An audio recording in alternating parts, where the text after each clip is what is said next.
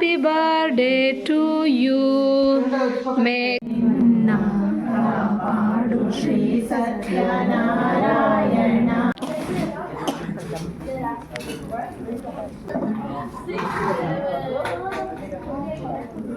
ನಿನಗೆ ಎಷ್ಟು ಬೇಕು ಹೇಳು ಕೊಡ್ತೀನಿ ಬಾ ಅಷ್ಟೇ. ಇವನಬ್ಬ ಬತ್ತು ಅನ್ನೋದ್ರಲ್ಲೇ ಅದೇ ಬತ್ತಾ ಇಲ್ಲ ಅಲ್ವೇನಪ್ಪ ಅವನ ಓವರ್ ಸ್ಟೈಲಲ್ಲಿ ಆಡ್ಬೇಡ, ಸುಮ್ಮನೆ ಕೈಯಲ್ಲಿ ತಿನ್ನೋ.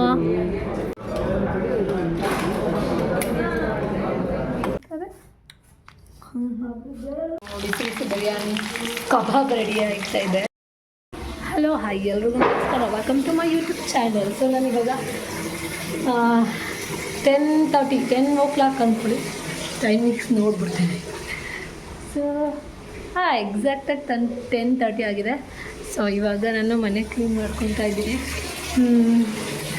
ಇವತ್ತು ರಥಸಪ್ತಮಿ. ಈ ರಥಸಪ್ತಮಿನ ನಾವು ಯಾವ ವರ್ಷವೂ ಅಂದರೆ ನನಗೆ ಚಿಕ್ಕ ವಯಸ್ಸಿಂದನೂ ನಾನು ನೋಡೂ ಇಲ್ಲ, ನಾವು ಹೇಗೆ ಮಾಡೋದು ಅಂತ ಗೊತ್ತೂ ಇಲ್ಲ, ನಾವು ಮಾಡೋದು ಇಲ್ಲ. ಸೊ ಸತ್ಯನಾರಾಯಣ ಪೂಜೆಗೆ ಕರೆದಿದ್ರು ಒಬ್ಬರು. ಸೊ ಅದಕ್ಕೆ ಪರಿಚಯ ಇರೋರು, ಅವ್ರ ಮನೆಗೆ ಹೋಗೋಣ ಅಂತ ಹೇಳಿ ಹೋಗ್ತಾಯಿದ್ದೀನಿ. ಸೊ ಅದಕ್ಕೆ ಎಲ್ಲ ಮನೆಯೆಲ್ಲ ಕ್ಲೀನ್ ಮಾಡಿಕೊಂಡು ಸ್ನಾನ ಮಾಡ್ಕೊಂಡು ಮಕ್ಕಳು ಸ್ನಾನ ಮಾಡಿಸಿ ಫ್ರೆಶ್ ಅಪ್ ಆಗಿ ಮನೆಯೆಲ್ಲ ಒಂದು ಸತ್ಯನಾರಾಯಣ ಸ್ವಾಮಿ ಪೂಜೆಗೆ ಹೋಗ್ತಾಯಿದ್ದೀವಲ್ಲ, ಸೊ ಹಾಗಾಗಿ ಸ್ನಾನ ಮಾಡಿಕೊಂಡು ನೀಟಾಗಿ ಹೋಗೋಣ ಅಂತ ಹೇಳಿ ಅದು ಮನೇಲೂ ದೀಪ ಹಚ್ಬಿಟ್ಟು ಹೋಗೋಣ ಅಂತೇಳಿ ರೆಡಿ ಮಾಡ್ಕೊತಿದ್ದೀನಿ. ನನ್ನ ಮಗಂದು ಸ್ನಾನ ಮಾಡಿಸಿದ್ದಾಯಿತು. ಸೊ ಒಂದೆಲ್ಲನೇ ಬಟ್ಟೆಲಿ ತಲೆಯೆಲ್ಲ ಒರೆಸಿ ಬಟ್ಟೆ ಹಾಕಿ ನಾನು ಬಟ್ಟೆ ಹಾಕ್ಕೊಂಡು ರೆಡಿಯಾಗಿ ಸ್ನಾನ ಮಾಡಿ, ಸೊ ನಾನು ಸಾರಿ ಹಾಕ್ಕೊಂಡಿದ್ದೇನೆ. ದೇವ್ರ ದೀಪ ಹಚ್ಬಿಟ್ಟು ಹೋಗೋಣ ಅಂತ ಹೇಳ್ಬಿಟ್ಟು ಹಚ್ಬಿಟ್ಟು ಹೋಗೋಣ ಅಂತೇಳಿ ಹಚ್ತಾ ಇದ್ದೀನಿ ಅಷ್ಟೇ. ಲೇಟಾಗೋಯ್ತು, ಬೇಗ ಹೊರಡೋಣ ಅಂತೇಳಿ ಹೊರಡ್ತಾ ಇರೋದು. ನಾವು ಅಲ್ಲಿ 12 ಗಂಟೆ ಆಗೋಗಿತ್ತು, 11:30 ಅಷ್ಟರೊಳಗೆ ಹೋಗೋಣ ಅಂದ್ಕೊಂಡ್ರೆ ಲೇಟ್ ಆಯಿತು.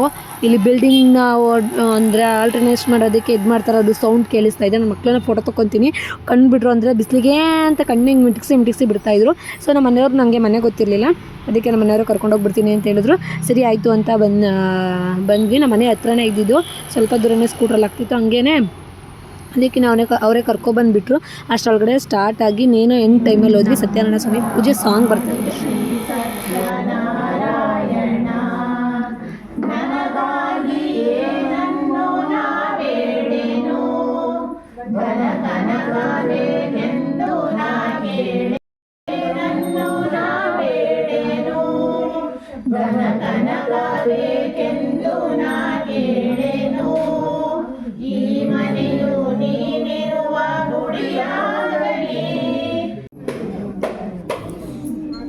ಇಡಬಾರ್ದು ತಿನ್ನು.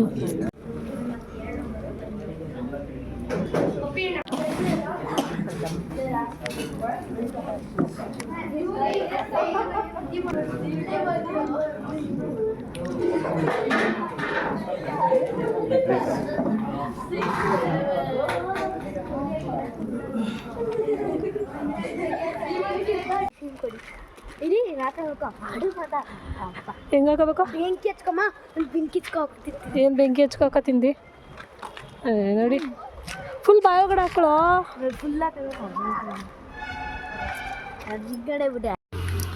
ಊಟ ಮುಗಿಸ್ಕೊಂಡು ಬಂದ್ವಿ. ಊಟ ಎಲ್ಲ ತುಂಬ ಚೆನ್ನಾಗಿತ್ತು ಆಯಿತಾ. ಆಮೇಲೆ ಚೆನ್ನಾಗಿ ಮಾತಾಡ್ಸಿದ್ರು. ನನಗೆ ಒಂಥರ ಅನ್ಕಂಫರ್ಟಬಲ್ ಅಂತ ಅನ್ನಿಸ್ತಾಯಿತ್ತು, ಅಂದ್ಕೊಂಡಿದ್ದೆ ಹೋದರೆ ಏನಾಗುತ್ತೋ ಅಂತ. ಆದರೆ ಅವ್ರು ಹೋದ ತಕ್ಷಣ ಬಂದಿದ್ದು ತುಂಬ ಖುಷಿ ಆಯಿತು ಅಂತ ಚೆನ್ನಾಗಿ ಮಾತಾಡ್ಸಿದ್ರು. ಇವ್ರ ಪಕ್ಕದಲ್ಲೇ ಐಸ್ ಕ್ರೀಮ್ ಇತ್ತು. ಸೊ ಐಸ್ ಕ್ರೀಮ್ ತಿನ್ಕೊಂಡು ಮನೆಗೆ ಬಿಟ್ಬಿಟ್ಟು ಹೋಗೋಣ ಅಂತ ಹೇಳ್ಬಿಟ್ಟು ಮನೆಗೆ ಕರ್ಕೊಂಡು ಬಂದಿದ್ದೀನಿ. ಫೋನ್ ಕೊಡಮ್ಮ. ತೆಗಿಯೋ, ಡೋರ್ ತೆಗಿ. ಕೊಡ್ತೀನಿ ನನಗೆ, ನಿಂಗೆ ಕೊಡ್ತೀನಿ ಕಣಂತ. ಬಟ್ಟೆ ಬಿಚ್ಚಾಕ್ಬಿಟ್ಟು ಇರಿ, ನಾನು ಅಂಗಡಿಗೆ ಹೋಗ್ಬೇಕು. ಕೊಡ್ತೀನಿ ನೋಡ್ತಾರೆ. ನಿನಗೆ ಎಷ್ಟು ಬೇಕು ಹೇಳು ಕೊಡ್ತೀನಿ. ಬಾ ಅಷ್ಟೇ ಕಾಯಿಸ್ಕೊಟ್ಟನು. ದೇವ್ರ ಮನೆ ಕಾಲು ತೋರಿಸ್ತಿಲ್ಲ, ಅದನ್ನೇ ಯಾಕೆ ಅಂತ ಹಂಗೆಲ್ಲ ಮಾಡಬಾರ್ದು ಅಂತ ಹೇಳ್ಬಿಟ್ಟು ಸ್ಕ್ರೀನ್ ಕ್ಲೋಸ್ ಮಾಡಿಬಿಟ್ಟು ಅಲ್ಲೇ ಮನೆಯಲ್ಲೇ ಬಿಟ್ಬಿಟ್ಟು ನಾನು ಅಂಗಡಿಗೆ ಬಂದಿದ್ದೆ. ಸೊ ಇದು ಆಲೇ 6:30 ಗಂಟೆ. ಇವನು ತಿರ್ಗಾ ಮನೆಯಿಂದ ಅಂಗಡಿಗೆ ಬಂದವನೇ. ಅಲ್ಲಿ ಕುತ್ತಿಕೊಳ್ಳೋಕ್ಕೆ ಬೇಜಾರಾಯ್ತೈತಂತೆ, ಅದಕ್ಕೆ ಅವನು ಅಲ್ಲಿಂದ ಬಂದ ಅವ್ರ ಅಪ್ಪನ ಕೇಳಿ ಬಿರಿಯಾನಿ ತಿನ್ನೋಕೆ ಹೋಗೋಣ ಅಂದ್ಬಿಟ್ಟು ಹೋಟ್ಲಿಗೆ ಬಂದಿದ್ದೀವಿ. ಮೇಘನಾ ಫುಡ್ ಅಲ್ಲಿಗೆ ಬಂದ್ವಿ. ಇವಾಗ ಮೆನು ಬುಕ್ ನೋಡ್ತಾ ಇದ್ದಾರೆ, ಏನು ತೊಗೊಳ್ಳೋದು ಅಂತ ಹೇಳ್ಬಿಟ್ಟು ನೋಡ್ತಾ ಇದ್ವಿ. ಸೀರಿಯಸ್ಸಾಗಿ ಹೇಳ್ತೀನಿ, ನಿಜವಾಗ್ಲೂ ಎಷ್ಟೊಂದು ಥರ ವೆರೈಟೀಸ್ ಇರುತ್ತೆ. ಅದ್ರಲ್ಲಿ ನಾವು ತೊಗೊಳ್ಳೋದೇ ಬಿರಿಯಾನಿ, ಕಬಾಬು, ಅಂದರೆ ನಾರ್ಮಲಿ ನಮ್ಗೆ ಗೊತ್ತಿರೋ ಐಟಮ್ ಅಷ್ಟೇ ನಾವು ತಿನ್ನೋದು. ಬೇಜಾನ್ ಐಟಮ್ಸ್ ಇರುತ್ತೆ, ಅದು ಒಂದು ಸಲನೂ ಟ್ರೈ ಮಾಡಿಲ್ಲ. ಈ ಥರ ಎಷ್ಟು ಜನ ಮಾಡಿದಾರ ಅಂತ ನಂಗೆ ಗೊತ್ತಿಲ್ಲ. ಏನೋ ಹೊಸ್ದಾಗಿ ಟ್ರೈ ಮಾಡಲಿಕ್ಕೆ ಏನೋ ಒಂಥರ ಭಯ, ಮೇಲೆ ಚೆನ್ನಾಗಿರಲ್ಲ ಅಂತೇಳ್ಬಿಟ್ಟು ತೊಗೊಳ್ಳಿಲ್ಲ. ಮೇಘನ ಸ್ಪೆಷಲ್ ಬಿರಿಯಾನಿ ಇತ್ತು, ಸೊ ಅದನ್ನೇ ತೊಗೊಂಡ್ವಿ. ನೋಡಿ, ನೋಡ್ಲಿಕ್ಕಂತೂ ತುಂಬ ಚೆನ್ನಾಗಿ ಕಾಣಿಸ್ತಾ ಇತ್ತು ಹೋಟೆಲ್. ಅಷ್ಟು ನೀಟಾಗಿ ಲೈಟ್ ಅರೇಂಜ್ಮೆಂಟ್ ಆಗಲಿ ಎಲ್ಲ ಸಖತ್ತಾಗಿ ಮಾಡಿದರು. ಪ್ಲೇಟ್ ಮೇಲೆ ಕೂಡ ಮೇಘನ ಫುಡ್ಸ್ ಅಂತ ನೇಮ್ ಹಾಕಿದ್ದಾರೆ. ಮಜ್ಜಿಗೆ ಕುಡಿತಿಲ್ಲ, ಮಜ್ಜಿಗೆ ಅದು ಬ್ಲೂ ಲೈಮ್ ಜ್ಯೂಸ್ ಅಂತೆ. ಇದು ನೀನು ಓದು, ನೀನು 4th ಸ್ಟ್ಯಾಂಡರ್ಡ್ ತಾನೇ, ಓದು. ಇಲ್ಲ, ನಾನು LKG. LKG ನೀನು. ಎಲ್ಲ ಹೋಟ್ಲಲ್ಲಿ ಹಿಂಗೆ ಕಾಯಿಸ್ತಾರಲ್ಲ ಯಾಕೆ ಹೇಳು? ಎಲ್ಲ ಹೋಟ್ಲಲ್ಲೂ ಹಿಂಗೆ ಕಾಯಿಸ್ತಾರಲ್ಲ ಯಾಕೆ? ಮಾಡಿಕೊಡ್ಬೇಕು ಅಂತಲ್ಲ, ಬೇಗ ಕೊಟ್ಟರೆ ಅವ್ರ ಹೋಟ್ಲಿಗೆ ವ್ಯಾಲ್ಯೂ ಇರಲ್ಲ ಅಂತ.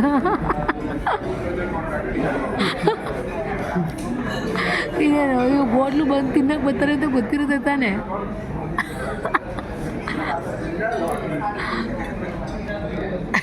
ಇವನಬ್ಬ ಬತ್ತು ಅನ್ನೋದ್ರಲ್ಲೇ ಅದೇ ಬತ್ತಾ ಇಲ್ಲ ಅಲ್ವೇನಪ್ಪ ಅವನ ಪಾಪ.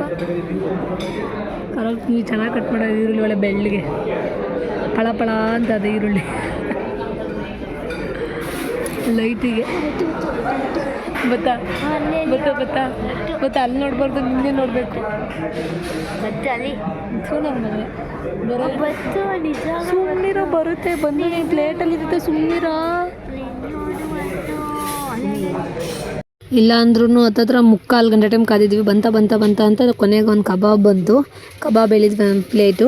ಸೊ ಒಂದು ಪ್ಲೇಟ್ ಕಬಾಬ್ ತೊಗೊಂಡು ತಿಂತಾಯಿದ್ವಿ. ನೋಡಿ, ಅವನು ಆ ಫೋರ್ಕ್ ಸ್ಪೂನಲ್ಲಿ ಕಬಾಬ್ನ ಬಿಡಿಸ್ಕೊಂಡು ತಿನ್ನೋಕ್ಕೆ ಅಂತ ಆಡ್ತಾಯಿದ್ದ. ಬೇಡ ಕಣೋ, ಹಂಗೆಲ್ಲ ತಿನ್ಬೇಡ, ಬಿದೋಗುತ್ತೆ ಅಂತ ಹೇಳಿದ್ರು ಕೇಳಲಿಲ್ಲ. ಹಂಗೂ ನೋಡಿ ಕೊನೆಗೆ ಕೈಯಲ್ಲಿ ಮುರಿಯೋಕೆ ಹೋಗಿ ಬೀಳಿಸ್ಬಿಡ್ತಾನೆ, ಕೆಳಗಡೆ ಬೀಳಿಸ್ಬಿಡ್ತಾನೆ. ಇವಾಗ ಹತ್ರ ಹೋಗಿ ತಿನ್ನೋಕ್ಕಾಗಿ ಅವ್ನು ಬಿಸಿ ಇತ್ತು. ನನಗೆ ಕಬಾಬು ಅಂದರೆ ಬಿರಿಯಾನಿ ಅಂದರೆ ತುಂಬ ಇಷ್ಟ. ನೋಡಿ ಬೀಳಿಸ್ಬಿಟ್ಟೆ, ಎಷ್ಟು ಹೇಳಿದ್ರು ಕೇಳಲ್ಲ ಅವನು. ಆಮೇಲೆ ಸರಿ ಅಂದ್ಬಿಟ್ಟು ಬಿರಿಯಾನಿ ಬಂತು. ಬಿರಿಯಾನಿ ಅಂತೂ ನಿಜವಾಗ್ಲೂ ಸಖತ್ ಟೇಸ್ಟ್ ಇತ್ತು. ಅದು ಬೋನ್ಲೆಸ್ ಚಿಕನ್ನು. ನಾನು ಬೇರೆ ಕಡೆ ತಿಂದಿದ್ವಿ, ಅದಷ್ಟು ಚೆನ್ನಾಗಿರಲಿಲ್ಲ. ಇಲ್ಲಂತೂ ಬೋನ್ಲೆಸ್ ಚಿಕನ್ ಬಿರಿಯಾನಿ ತೊಗೊಂಡಿದ್ವಿ, ಸೂಪರ್ ಟೇಸ್ಟ್ ಇತ್ತು, ನಿಜವಾಗ್ಲೂ ಚೆನ್ನಾಗಿತ್ತು. ಆಮೇಲೆ ಏನಂದರೆ ಬಟರ್ ಮಿಲ್ಕ್ ಅಂದರೆ ಮಜ್ಜಿಗೆ 55 ರೂಪಾಯಿ ಅಂತೆ. ದೇವ್ರೆ. ಸೊ ಬಿರಿಯಾನಿ ಎಲ್ಲ ಟೇಸ್ಟ್ ಮಾಡಿಕೊಂಡು ತಿನ್ಕೊಂಡು ಬಂದ್ವಿ. ಅವನಿಗಂತೂ ನಿಜವಾಗ್ಲೂ ಹೆವಿ ಬಿರಿಯಾನಿ ಲವ್ವರ್ ಅವನು. ಹೇಳ್ಬೇಕಂದ್ರೆ ಸಿಕ್ಕಾಪಟ್ಟೆ ಇಷ್ಟಪಟ್ಟು ಬಿರಿಯಾನಿ ಊಟ ತಿಂತಾನೆ ಅವನು. ಸುಮ್ಮನೆ ಅವ್ರು ಹೋಗ್ಬೇಕಂತ ನಮಗೇನು ಹೋಟ್ಲಿಗೆ ಹೋಗ್ಬೇಕಂತ ಪ್ಲ್ಯಾನ್ ಇರಲಿಲ್ಲ.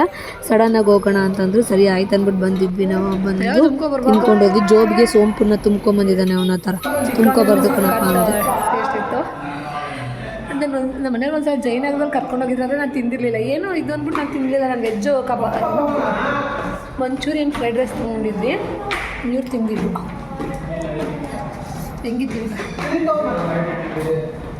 ಇವರು ಏನೋ ಮಾತಾಡ್ತಾಯಿಲ್ಲ. ಅನ್ನೇ ತಳ್ಳಿಬಿಡ್ತಾರೆ ಮರತೆಗೆ.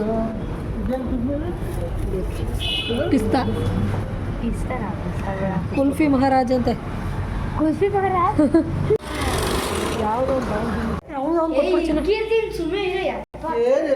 ಸುಮ್ಗಿರೋದಚ್ಚು, ನೀನು ಯಾಕೋ ಹಂಗೆ ಆಡಿದಚ್ಚು.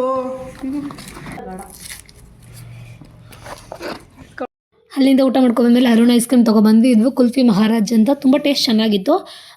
ತುಂಬ ಲಾಂಗ್ ಟೈಮ್ ಆಗಿತ್ತು ಕೂಡ ಐಸ್ ಕ್ರೀಮ್ ತಿಂದು. ಸೊ ಅದಕ್ಕೆ ಎಲ್ಲರೂ ಅರುಣ್ ಐಸ್ ಕ್ರೀಮ್ ತೊಗೊಂಡು ತಿನ್ನೋಣ ಅಂತ ಹೇಳ್ಬಿಟ್ಟು ತಿನ್ನೋಕ್ಕೆ ಅಂತ ಬಂದ್ವಿ. ತೊಗೊಂಡು ಬಂದು ಮನೆಗೆ ಎಲ್ಲರದು ಓಪನ್ ಮಾಡಿ ನೋಡ್ತಾ ಇದ್ದಾರೆ. ಚೆನ್ನಾಗಿದೆ, ತಿನ್ನ. ಯಾ ಇಟಾಲಿಯನ್ ಡೈರಿ. ನಂದು ಬ್ಲ್ಯಾಕ್. ನಾನು ಬಿಚ್ಬಿಡ ನಾನು ಬಿಚ್ಕೊತೀನಿ ನಾನು. ಅಲೋ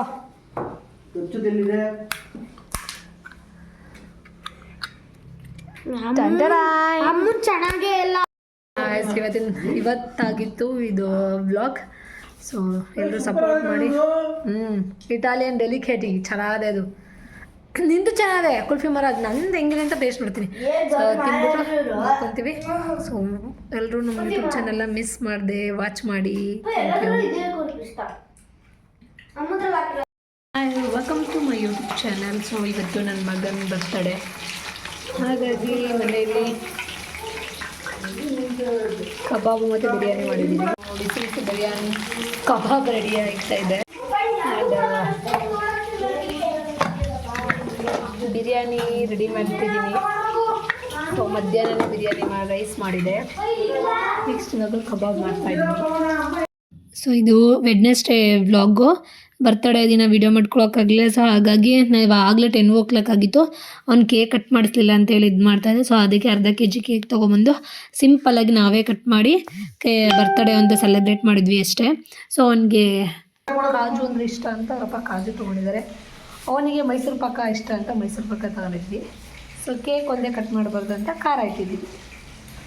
ನನ್ನ ಮಗನ ಬರ್ತಡೇ ಬಂದು Jan 28. ಸೊ ಅವ್ನಿಗೆಲ್ಲರೂ ವಿಶ್ ಮಾಡಿ ಆ್ಯಂಡ್ ಬ್ಲೆಸ್ ಮಾಡಿ ಅಂತ ಹೇಳ್ತಾ ಇದ್ದೀನಿ. ನನಗೆ ವಿಡಿಯೋ ಅಪ್ಲೋಡ್ ಮಾಡೋಕ್ಕೆ ಟೈಮ್ ಇರಲಿಲ್ಲ. Birthday to you, happy birthday to you, happy birthday, happy birthday, happy birthday to you. May God bless you, may God bless you. Happy birthday to you Pavan. God bless you ಬಂಗಾರಿ. ಅಪ್ಪನ cake ತಿನ್ಸು. ಅವ್ನು ತಿನ್ಸು. ಇತ್ತಾಗ ಬರಪ್ಪ. ದಚ್ಚು ಇಲ್ಲಿ ನೋಡು, ದಚ್ಚು ದಚ್ಚು ಇಲ್ಲಿ ನೋಡ.